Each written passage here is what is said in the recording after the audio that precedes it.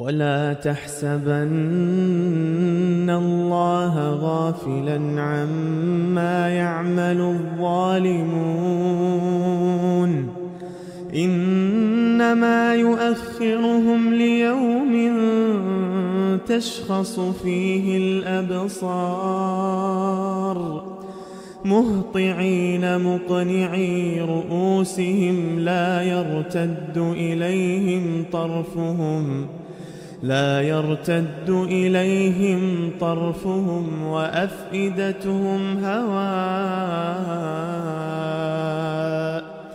وأنذر الناس يوم يأتيهم العذاب فيقول الذين ظلموا ربنا أخرنا إلى أجل قريب نجب دعوتك ونتبع الرسل، أولم تكونوا أقسمتم من قبل ما لكم من زوال،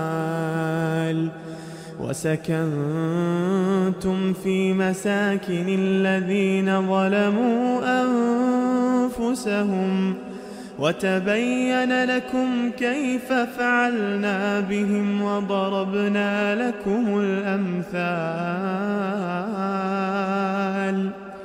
وقد مكروا مكرهم وعند الله مكرهم، وإن كان مكرهم لتزول منه الجبال.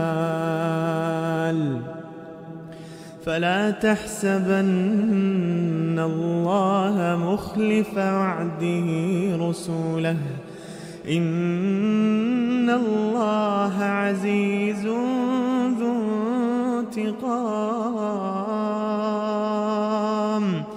يوم تبدل الأرض غير الأرض والسماوات، وبرزوا لله الواحد القهار، وترى المجرمين يومئذ مقرنين في الأصفاد، سرابيلهم من قطران وتغشى وجوههم النار، ليجزي الله كل نفس ما كسبت، إن الله سريع الحساب. هذا بلاغ للناس ولينذروا به